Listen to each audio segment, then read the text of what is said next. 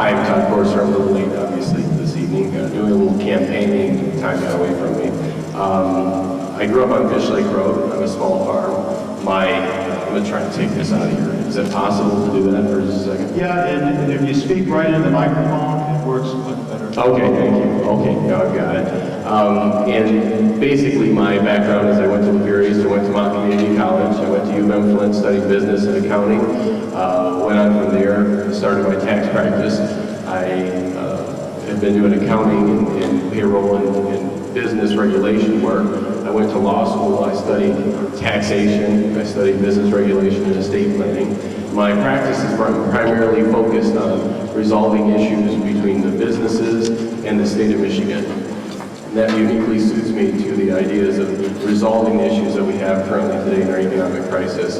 My background in practice for the last 12 years has allowed me to see a sort of a pattern that's developed where businesses are seeing that in other states and in other locations we have problems that are certainly not present in other states. And so they have moved their locations, they moved their businesses, and my background as far as family is that I'm in this spot. I have 4 children.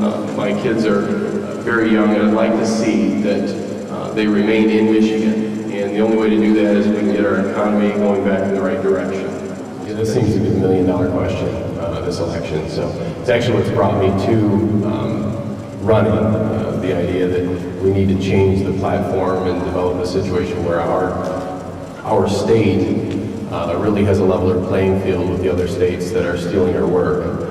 I just talked to a gentleman, been out speaking to different individuals, and his company moved to a site that abuts Michigan in Indiana, and they figure that they'll save between $40,000 and $50,000 a year just in regulatory costs between here and there.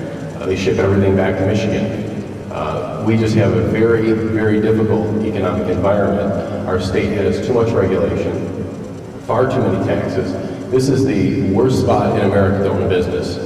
It's just the worst spot as far as the regulations, the MBT tax, all of those things together produce an environment where people don't want to locate here. We have other states that within moments you can start digging and shoveling to put in a new facility. Here it might be a year, it might be 2 years, and $150,000 in legal fees, and after all that, you might get the bill. Might. Who wants to deal with that? We have to streamline, we have to turn our state into a spot where people want to come. This used to be a spot where people came to stake out their fortunes. Risk takers, entrepreneurs, they found this to be a great spot to raise their families, to start a business. And that needs to happen again. We need to move in a direction of making this an attractive spot. I think of all the families that came from the East Coast, came from down south, West Virginia, from Kentucky, Tennessee, to work in our factories, to start businesses here because there was so much activity. That can be the situation again, but we need to look towards the future. We need to open up our regulations so that people want to locate here. And we need to reduce our taxes in a drastic way to make this a more attractive place. I think each of the candidates have a wonderful understanding of at least what the problem is. The answer is that we have far too much socialism that's been in this state for far too long. We have overplayed our hand in taxing and regulating businesses, and we've done that thinking that once they planted their posts in the ground and built their buildings, they were going to go anywhere.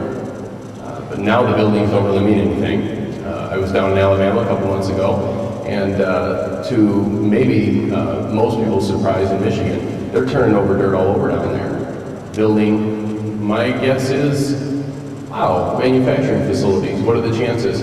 Here in the United States of America, they're still building manufacturing facilities that once were in Michigan. The reason they're doing it, I counsel a client, it'll cost him $250,000 to load up his trucks with his machines, move them to Alabama, and he'll save $1 million a year in MBT. $1 million a year in MBT tax. It's just too much disparity. We can talk about farm markets all day, but that's not going to always be a tough one.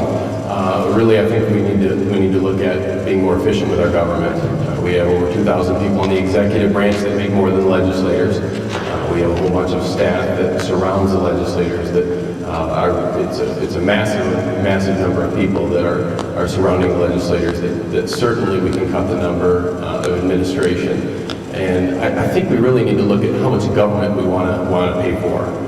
Locally, we can do things more efficiently than we can at the state level. Returning the dollars to local government, returning the dollars back to local government to determine how they want to use it, not with unfunded mandates, allowing local government to make the determination of how they want to spend their money, letting the counties do the road patrol for the state police, which is far more expensive for the state police to do it. All those are areas. The biggest area, though, obviously is entitlements. We've got to cut the amount of money that we're spending to basically just perpetuate people's lives. We're paying for rent for people, we're paying for food for people, we're paying for health care for people, and we just can't afford it. And those things need to be cut. You know, we call partisanship when conservatives won't agree with liberals and come over to their side. I guess that's partisanship. Absolutely not. This bill going in this direction is going to be a catastrophe for all of the social things that we hold dear. Just very shortly, we're going to be looking at whether or not there will be gay marriage in Michigan. Let's change the composition of the Supreme Court. Let's tip it towards liberalism, and you can bet that will be the next step where we're going to be facing attacks. Absolutely not. This bill side. So going in this direction no way is that going to be in favor of obviously an energy policy that develops more energy. Not in favor of leasing the taxpayers to get that done. Obviously, ethanol is a wonderful situation. When we can have ethanol, it's terrific.